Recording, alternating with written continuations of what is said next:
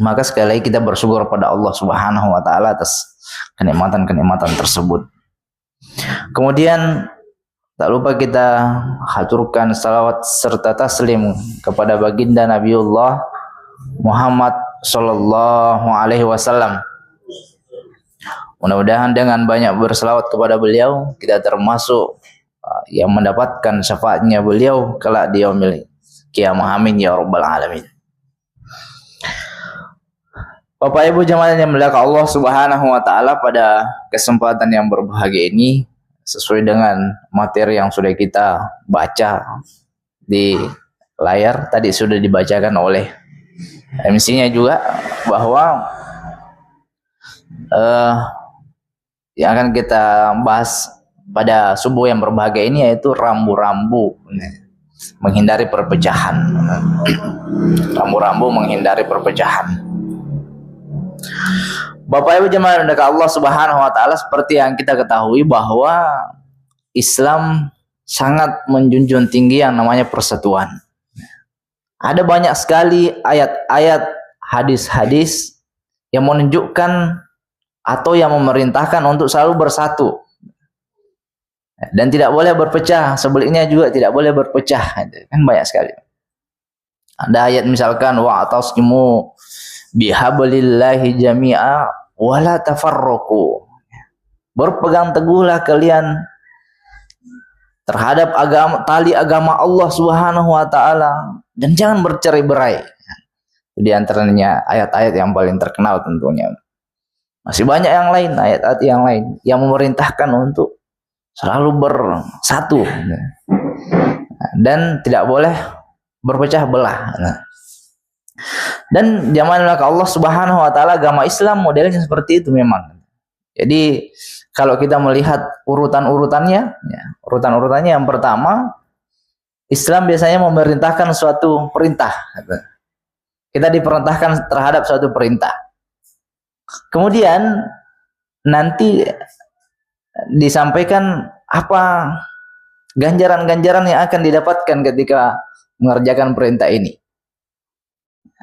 Kemudian nantinya setelah disampaikan apa faedahnya, apa manfaatnya, apa hadiahnya setelah mengerjakan pahala tersebut, nanti kemudian selanjutnya tata caranya.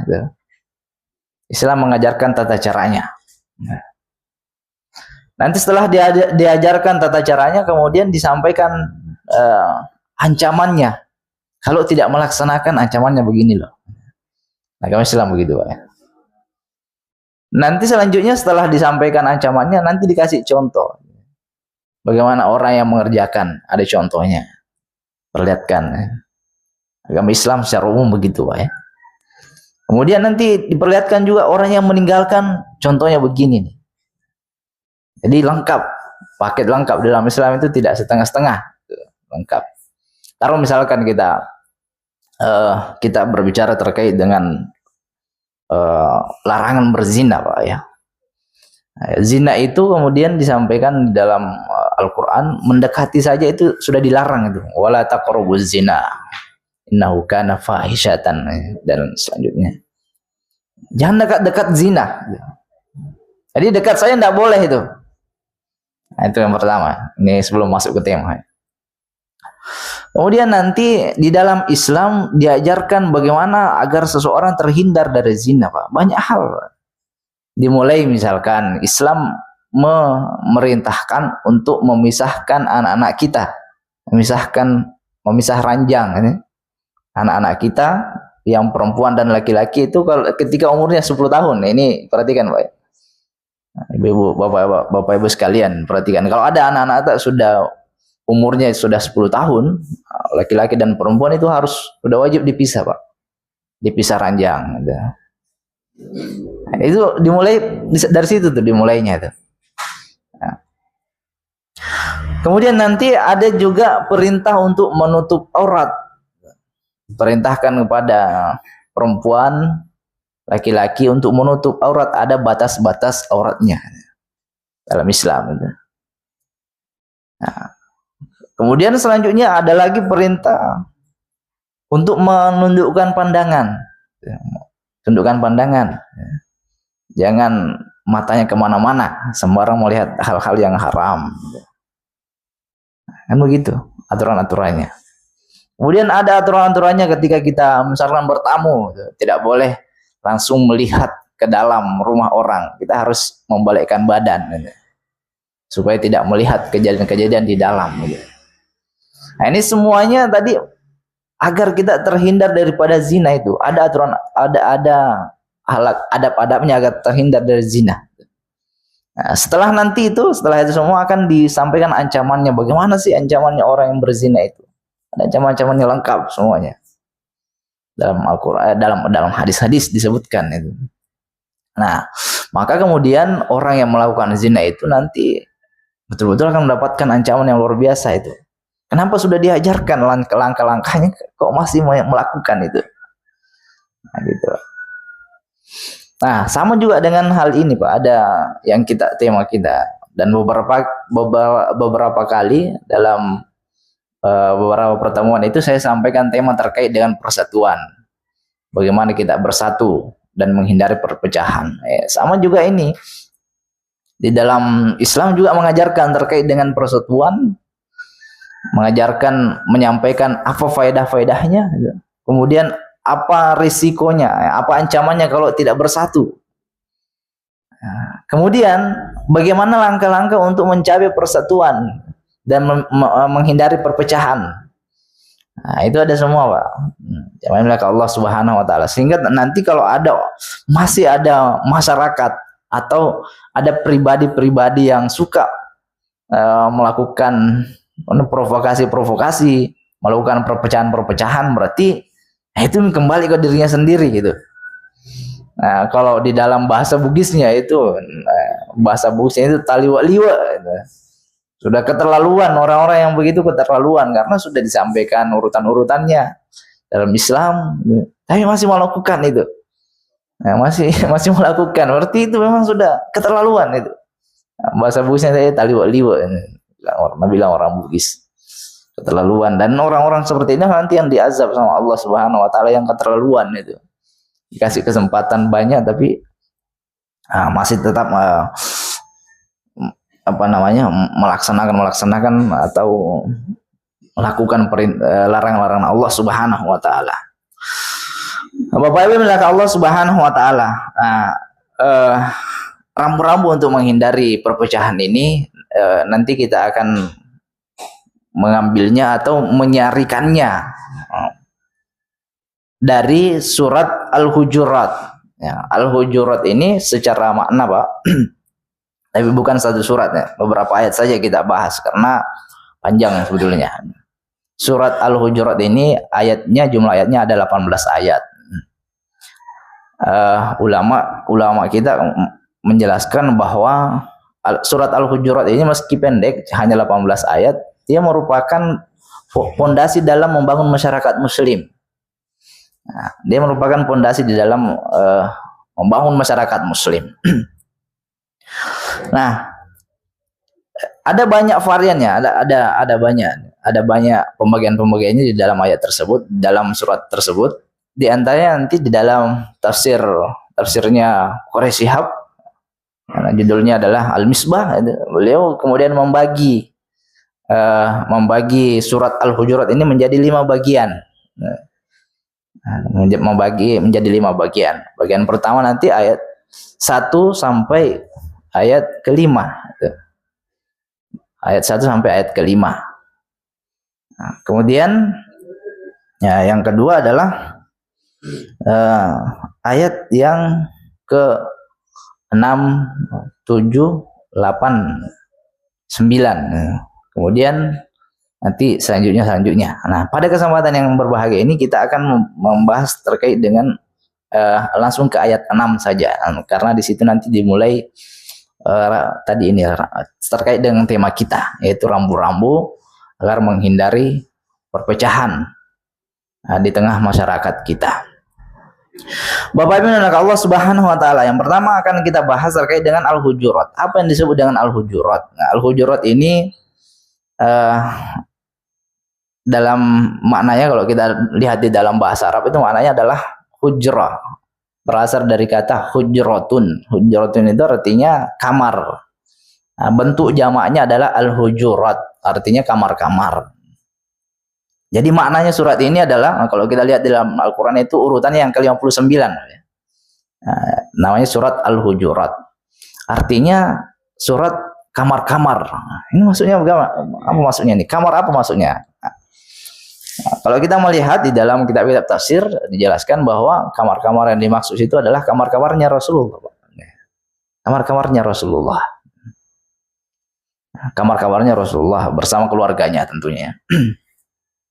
Nah, sebelum kita masuk ke suratnya, kita akan singgung kamarnya Rasulullah itu atau rumahnya Rasulullah itu berada di pelataran Masjid Nabawi. Kalau dulu, kalau sekarang sudah masuk di wilayah masjid karena terjadi perluasan-perluasan. Nah, rumahnya beliau berdempetan atau nyambung dengan masjid, dan jumlahnya itu ada 9 karena istrinya 9, Pak ya. 9 istrinya. Makanya disebut dengan hujurat, nama kamar-kamar, karena kamar-kamarnya dengan istrinya itu tadi itu ada jumlahnya 9 lebih. Nah, terkait dengan kamar-kamarnya Rasulullah, sebelum kita masuk ke surat ini, kita singgung dulu bahwa salah seorang tabi'in itu artinya muridnya sahabat, tidak ketemu dengan Rasulullah, ketemu dengan sahabat. Salah satunya adalah Hasan Al-Basri, pernah melihat dan menyaksikan kamarnya Rasulullah itu. Apa kata beliau? Kata beliau itu tempat yang sangat sempit. Kamar-kamarnya Rasulullah itu tempat yang sangat sempit. Karena Hasan Al-Basri kan ini belajarnya sama Aisyah. Dia belajar agama Islam kepada Aisyah dan kepada sahabat-sahabat yang lain. Beliau bersaksi bahwa saking kecilnya itu kamarnya Rasulullah itu, kalau berdiri itu sampai di atas itu atapnya, pendeknya itu. Nah, jadi kalau sini kan tinggi sekali, kalau ini. Kata Hasan Al-Basri, kalau saya berdiri kemudian saya kasih begini tanganku sampai di atas itu. Itu kesaksiannya itu. Kemudian juga ada salah satu hadis dari Aisyah, kesaksiannya Aisyah ya. Nah, di kamarnya Aisyah itu, salah satu istrinya Rasulullah itu, beliau Rasulullah kalau sholat malam biasanya itu ya harus, kalau mau sujud itu kakinya Aisyah itu digeser dulu gitu supaya ada tempat sujud. Artinya sangat sempit itu.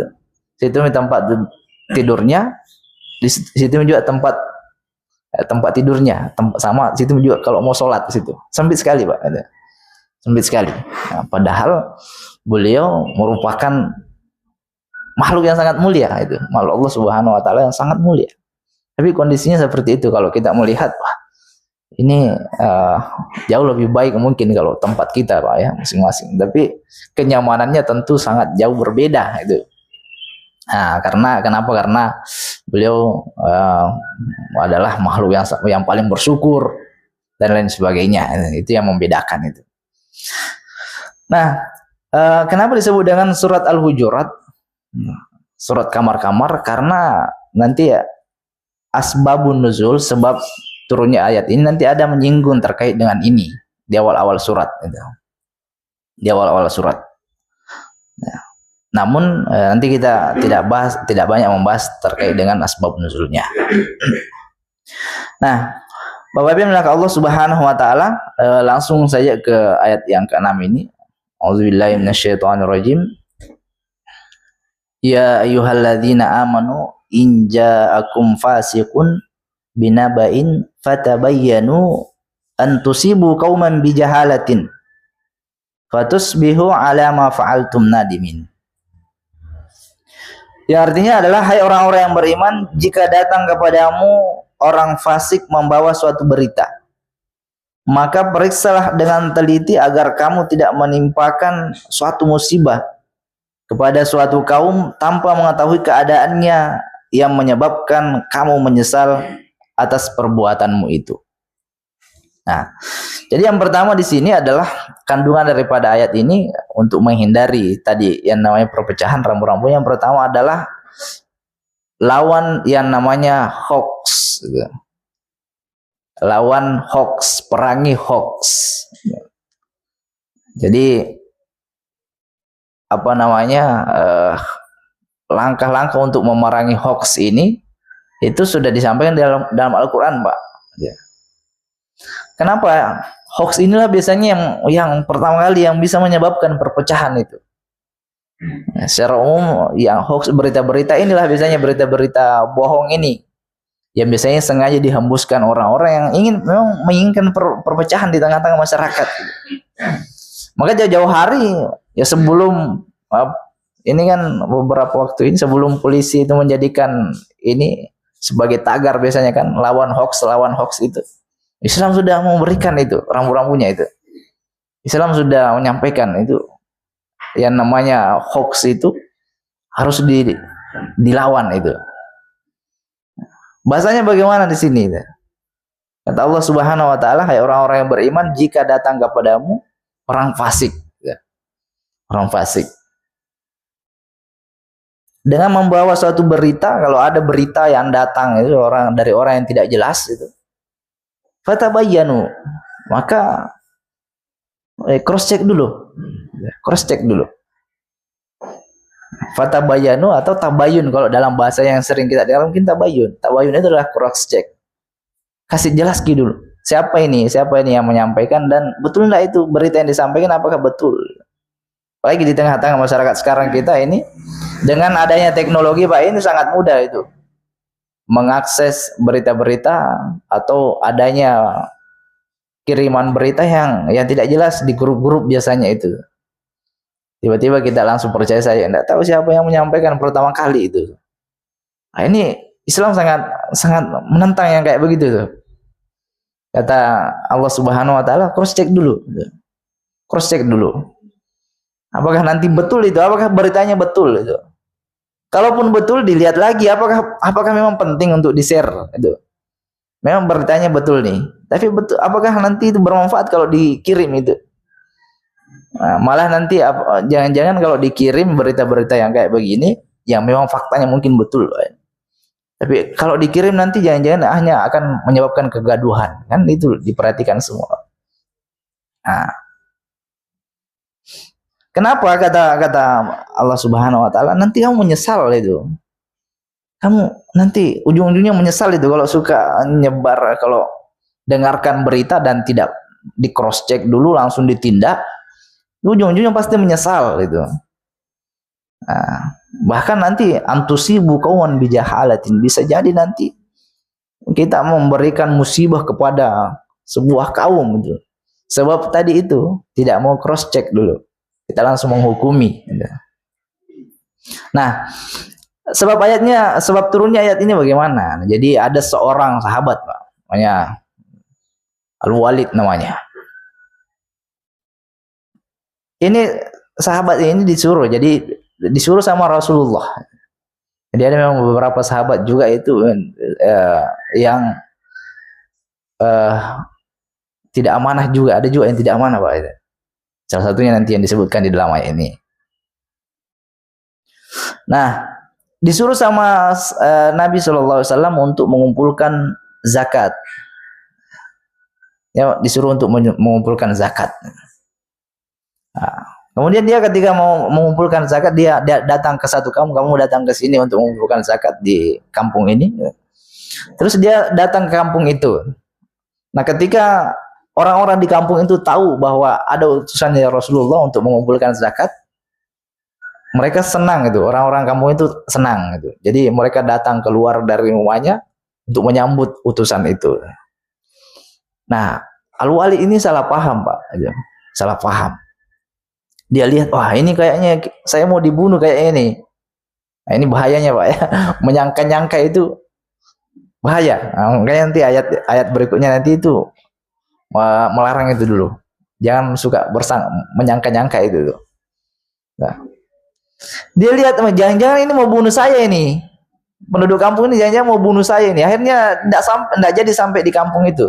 Langsung datang kepada Rasulullah. Dia bilang, ya Rasulullah, ya tidak mau bayar zakat itu orang itu. Satu kampung itu tidak mau bayar zakat. Bahkan saya mau dibunuh itu. Marah Rasulullah kan, Pak, ya. Marah Rasulullah. Bahkan Rasulullah saking marahnya itu kirimkan pasukan Kan begitu Pak, orang kan aslinya kalau tidak mau bayar zakat begitu tuh, dipaksa sama pemerintah, harusnya begitu. Nah, ini yang ditekankan, bukan pajak sebetulnya, zakat. Dikirimkan dan bukan kaleng-kaleng Pak ya, yang dikirim itu pasukannya Khalid bin Walid, sebuah panglima perang yang tidak pernah kalah dalam sejarah itu yang dikirim ke situ tuh. Kemudian Khalid bin Walid ini datang ke situ sama pasukannya, dilihat subuh kan Pak ya, dilihat waktu subuh nih, masa iya orang-orangnya tidak mau bayar zakat, orang pergi sholat subuh semua tuh, datang diintai dulu. Kan begitu kalau perang Pak ya, nah, diintai dulu sebelum diserang itu. Dilihat nih orang-orangnya azan kok, orangnya sholat subuh semuanya. Nah datanglah ke situ. Kenapa? Saya dengar-dengar kalian tidak mau bayar zakat. Wah tidak. Yang betul adalah kami begini tadi, kami keluar untuk mempersiapkan semuanya itu. Nah ternyata tadi itu berita bohong ini yang disampaikan tadi, yang utusan yang pertama, utusannya Rasulullah itu. Maka turun ayat ini nih. Ya ayyuhalladzina amanu idza in ja'akum fasikun. Nah, kalau datang seorang fasik memberikan kabar berita itu, maka cross check itu. Cross check dulu. Nah, inilah nanti kemudian yang menjadi pilar utama di dalam masyarakat agar tidak terjadi perpecahan. Salah satunya adalah membendung arus hoax ini. Membendung arus hoax. Ya. Kalau kita sebagai masyarakat, biasanya hoax terhadap pemerintah itu harus kita cross check baik-baik gitu. Kemudian bagi pemerintah juga begitu tuh. Kalau sebagai pemerintah ada kemarin Pak polisi yang hadir itu, dan hadir lagi. Sama juga dari pihak pemerintah juga harus menahan hoax juga terkait masyarakat.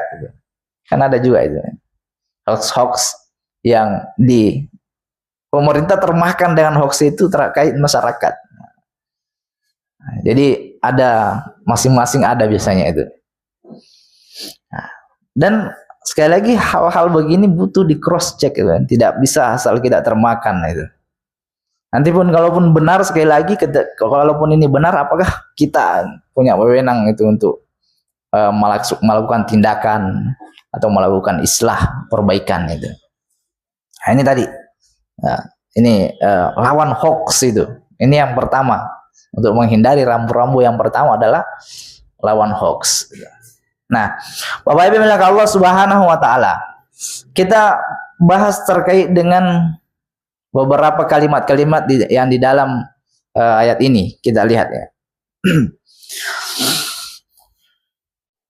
Di sini kalimatnya begini Pak, in ja'akum fasikun. In ja'akum. In itu kalau di dalam bahasa Arab maknanya adalah sekiranya. In, kalau saja. Sekiranya, seandainya. In ja'akum, seandainya datang kepada kalian. Ulama kita menjelaskan, ulama tafsir, misalkan tadi salah satunya adalah Quraisy Shihab ya, dalam tafsirnya. Beliau menjelaskan in ja'akum fasikun, sekiranya datang kepada kalian, itu artinya begini Pak. Itu jarang itu terjadi itu. Jadi sedikit ini. Sebenarnya hoax itu sebenarnya sedikit, kata beliau.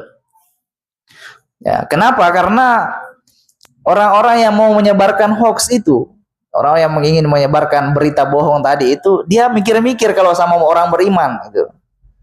Jadi orang-orang yang beriman kan di sini Pak ya. Kenapa orang-orang beriman? Karena begitu dia. Ya. Orang-orang beriman tadi ketika mau disampaikan berita, dia punya cara untuk menghindarinya ya. Yaitu tadi harus ditekankan, harus di cross check dulu. Makanya bahasanya sini kata ulama tafsir, in ja'akum itu maksudnya adalah in, seandainya, sekiranya datang kepada kalian fasikun, orang-orang fasik. Artinya itu hoax yang menyerang orang-orang fasik itu. Kalau mau kalau mau menyebarkan berita bohong di tengah-tengah kaum muslimin, mereka mikir-mikir itu Pak. Mereka mikir-mikir, kenapa orang beriman bahaya kalau kita sampaikan berita bohong. Kenapa? Karena mereka punya cara untuk menghindarinya itu tabayun tadi itu, cross check itu. Nah, makanya sini disebutkan in, itu jarang-jarang terjadi. Nah, kemudian selanjutnya ada lagi sini bahasanya binabain, nabain. An-naba ada surat namanya An-naba. Itu artinya kabar, berita. Tapi yang khusus, berita yang dahsyat itu, Pak. Jadi ada bahasa lainnya berita itu ya khobar itu. Khobar kalau kalimatnya masih menggunakan khobar itu artinya masih membawa kemungkinan. Nah, bisa jadi berita biasa atau bisa jadi bohong, bisa jadi betul berita yang dia kabarkan. Kalau bahasanya pakai khobar itu. Khobar, berita gitu. Tapi kalau bahasanya pakai nabaun, kayak an-naba itu yang disampaikan di dalam an-naba itu kan berita besar itu. Kenapa? Di dalam an-naba itu dia memberitakan, Allah menyampaikan terkait dengan berita hari kiamat itu kayak bagaimana, itu kan berita besar. Kayak an-naba. Sini juga bahasanya begitu, Pak. Binabain. Binabain. In ja'akum fasikun binabain. Kalau datang seorang fasik kepada kalian, binabain, dengan membawa berita yang besar. Tuh. Jadi bukan berita. Artinya begini, Pak. Ulama bagaimana melihat kalimat ini, pemilihan kalimat di dalam Al-Quran ini. Para ulama kita menjelaskan bahwa tadi itu tidak semua berita-berita yang tersebar itu perlu kita respon. Jadi dilihat dulu apakah perlu direspon ini. Makanya tadi pakai bahasa nabaun itu, binabain. Artinya kalau ada berita besar itu, berita yang dahsyat. Kalau berita-berita yang lain tidak perlu. Nanti habis di waktu tak nanti. Habis waktu tak untuk itu. Kapan kayak mau khusyuk sholat kalau terpikir lagi itu. Kalau kita mau respon semua. Nah, ada kabar berita begini direspon lagi, ada begini direspon lagi. Kapan kayak mau tenang kalau begitu? Nah, makanya di sini perlu di cross check ini beritanya butuh enggak ini untuk direspon ini. Nah, kalau makanya tadi dipilih ya, harus dipilih dulu itu. Beritanya bagaimana itu. Nah, setelah dipilih beritanya, baru nanti disampaikan begitu, dicari tahu siapa yang membawa berita ini nih. Apakah perlu direspon? Nah, kalau beritanya tidak perlu direspon ya sudah, tidak perlu, biarkan saja seperti itu. Nah, itu diantara makna pemilihan kata di dalam ayat ini, Pak. Nah, dan yang pada intinya tadi kita diminta oleh Allah Subhanahu wa taala untuk memerangi yang namanya berita-berita bohong, dan kita diminta untuk meng-cross check, tidak langsung merespon.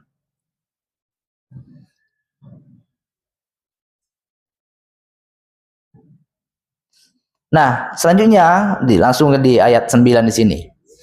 Wa in ta'ifatani minal mu'minina tatalu fa aslihu bainahuma. Fa in baghat ihdahuma 'alal ukhra faqatilul lati tabghi hatta tafi'a ila amrillah. Fa in fa'at fa aslihu bainahuma bil 'adli wa aqsitu innallaha yuhibbul muqsitin. Dan kalau ada dua golongan dari mereka yang beriman,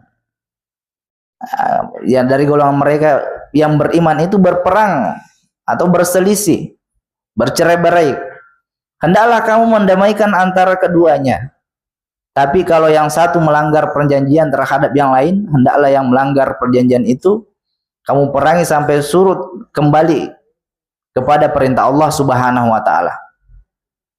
Kalau dia telah turut, damaikanlah antara keduanya menurut keadilan, dan hendaklah kamu berlaku adil. Sesungguhnya Allah mencintai orang-orang yang berlaku adil. Nah, kemudian di ayat ini ya, Allah Subhanahu wa taala menyampaikan bahwa kalau sudah terjadi perpecahan, ada satu kelompok, ada dua kelompok yang saling berpecah, maka yang dilakukan, apa yang dilakukan oleh kita, yang diperintahkan oleh kaum muslimin sebagai seorang yang beriman, Allah memerintahkan kepada kita untuk faslihu bainahuma.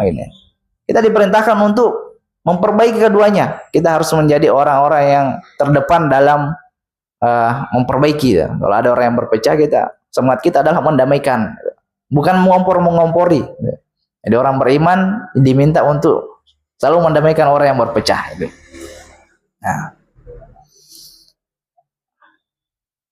Nah, ayat berikutnya, ayat yang ke-10, innamal mu'minuna ikhwatun faslihu baina akhawaykum wattaqullaha la'allakum turhamun. Sesungguhnya orang-orang yang mukmin itu adalah bersaudara. Faslihu baina akhawaykum.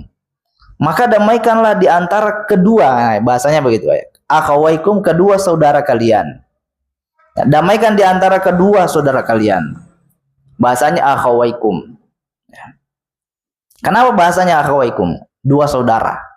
Nah, ulama kita lagi menjelaskan bahwasanya dua saja itu diminta untuk kita mendamaikan, Pak. Dua orang mau saling bertengkar ini, kita diminta untuk memperbaiki itu. Apalagi kalau banyak, satu kelompok, satu partai dengan partai yang lain, satu desa dengan desa yang lain. Nah, itu lebih-lebih lagi kita diperintahkan untuk memperbaiki, Pak. Kita harus semangat untuk memperbaiki. Kita harus menjadi agen-agen yang mendamaikan, bukan mengompor-ngompori atau mengambil manfaat dari perselisihan-perselisihan yang ada. Ini ayat yang ke-10. Nah, yang terakhir yang akan kita bahas di sini, ayat yang ke-11. Apa saja penyebab-penyebab yang lain yang menyebabkan seorang berselisih yang perlu dihindari? Kata Allah Subhanahu wa taala di ayat berikutnya, ayat yang ke-11, ya ayyuhalladzina amanu la yaskhar qaumun min qaumin asa ayyakunu khairan minhum wala nisa'um min nisa'in asa ayyakuna khairan minhun wala talmizu anfusakum wala tanabazu bil alqab bi'sal ismul fusuqu ba'dal iman wa man lam yatub fa ulaika humuz zalimun. Hai orang-orang yang beriman, janganlah sekumpulan orang laki-laki merendahkan kumpulan yang lainnya. Boleh jadi yang ditertawakan itu lebih baik daripada mereka. Dan jangan pula sekumpulan perempuan merendahkan kumpulan yang lainnya. Boleh jadi yang direndahkan itu lebih baik. Dan janganlah suka mencela dirimu sendiri dan jangan memanggil dengan gelaran yang mengandung ejekan. Seburuk-buruk panggilan adalah panggilan yang buruk sesudah iman, dan barang siapa yang tidak bertobat maka mereka itulah orang-orang yang zalim. Jadi di sini dilarang salah satu yang bisa menimbulkan perpecahan di tengah masyarakat di sini, di ayat ini yang Allah suruh untuk kita menghindarinya adalah saling mengejek itu atau saling merendahkan itu. Ya, jadi hati-hati Pak, bercanda boleh tapi berlebihan tidak boleh itu. Bercanda boleh tapi merendahkan tidak boleh. Nah, ini perlu kita perhatikan. Jangan bercandanya itu merendahkan orang. Jangan bercandanya merendahkan orang. Senyum mungkin objek candaan kita itu mungkin tersenyum di sini nih, tapi hatinya sakit. Cari waktu-waktu yang lain untuk dibalas gitu. Jadi Al-Qur'an sudah mengantisipasi itu, Pak, itu. Kalau jangan sekali-kali itu, jangan sampai merendahkan yang lain itu. Nah, kemudian di sini disebutkan secara khusus. Disebutkan di sini secara khusus perempuan, Pak, di sini. Perempuan disebutkan secara khusus. Wala nisaun min nisain. Perempuan dan perempuan lain jangan merendahkan itu. Nah, kenapa disebutkan perempuan secara khusus? Laki-laki tidak disebutkan secara khusus ini, Pak. Bahasanya di sini cuma la yaskhar qaumun min qaumin. Qaumun itu umum, perempuan dan laki-laki gitu. Tapi di sini disebutkan wala nisaun min nisain, janganlah perempuan merendahkan perempuan yang lain. Kenapa demikian? Para ulama menjelaskan karena itu banyak terjadi di perempuan biasanya. Gitu. Jadi sudah diwanti-wanti itu. Al-Qur'an sudah mewanti-wanti itu. Nah, walaupun tadi juga laki-laki juga ada itu, bercandanya kelewatan sampai merendahkan gitu. Nah, karena kenapa tidak boleh begitu? Kenapa tidak boleh? Karena bisa jadi yang direndahkan itu tadi itu sebetulnya yang lebih mulia itu di sisi Allah itu. Kan tidak ada yang tahu, Pak. Nah, wala talmizu anfusakum wala tanabazu bil alqab. Jangan saling mengejek tadi itu. Saling mengejek, saling memberikan lakop-lakop atau memberikan nama-nama yang buruk kepada saudaranya, itu sudah dia, bahkan sekecil itu diantisipasi Pak. Mungkin yang di tengah-tengah kita mungkin sudah terbiasa itu, tapi Al-Quran sudah mengantisipasi itu. Jangan memberikan gelar-gelar yang buruk gitu. Nah, sehingga tadi bisa menyebabkan perpecahan itu ya. Nah, yang terakhir, ya ayyuhalladzina amanu istanibu katsiran minadh-dhanni inna ba'dadh-dhanni ismun. Selanjutnya adalah wahai orang-orang beriman, jauhilah kebanyakan dari prasangka. Inna ba'dadh-dhanni ismun. Karena sesungguhnya sebagian daripada prasangka itu adalah bisa menimbulkan dosa. Jadi ismun. Prasangka yang muncul di hati kita itu sebagainya itu bisa menyebabkan dosa. Yang bagaimana bisa menyebabkan dosa? Kalau buruk, berburuk sangka, itu bisa menyebabkan dosa. Wala tajassasu, dan jangan jasus ini, wala tajassasu ini jangan memata-matai. Jangan suka mencari-cari aib orang lain. Nah, ini bahaya Pak ini. Jangan terlalu sibuk. Nanti kalau terlalu sibuk mencari-cari kejelekan orang lain, lupa mencari keburukannya diri kita, itu kan begitu Pak. Nah, dan wala yaktab ba'dukum ba'dha, dan jangan saling menggibah, jangan menggibah antara kamu dengan sebagian kamu dengan sebagian yang lainnya. Nah, kita tahu bagaimana gibah itu. Di sini sebutkan ayuhibbu ahadukum ayyakula lahma akhihi maitan fakarihtumu. Ya, jadi dipermisalkan orang-orang yang menggibah itu dia memakan bangkai saudaranya yang sudah meninggal. Itu sangat buruk permisalannya Allah Subhanahu wa taala dalam Al-Qur'an. Wattaqullaha innallaha tawwabur rahim. Bertakwalah kepada Allah, sungguhnya Allah Subhanahu wa taala Maha menerima taubat dan Maha penyayang bagi hamba-hambanya. Demikian Bapak Ibu Allah Subhanahu wa taala sebagai pemaparan awal. Nanti mungkin ada pelebaran lagi nanti di diskusi. Sampaikan pertanyaan-pertanyaan atau masukan-masukan. Demikian saya kembalikan kepada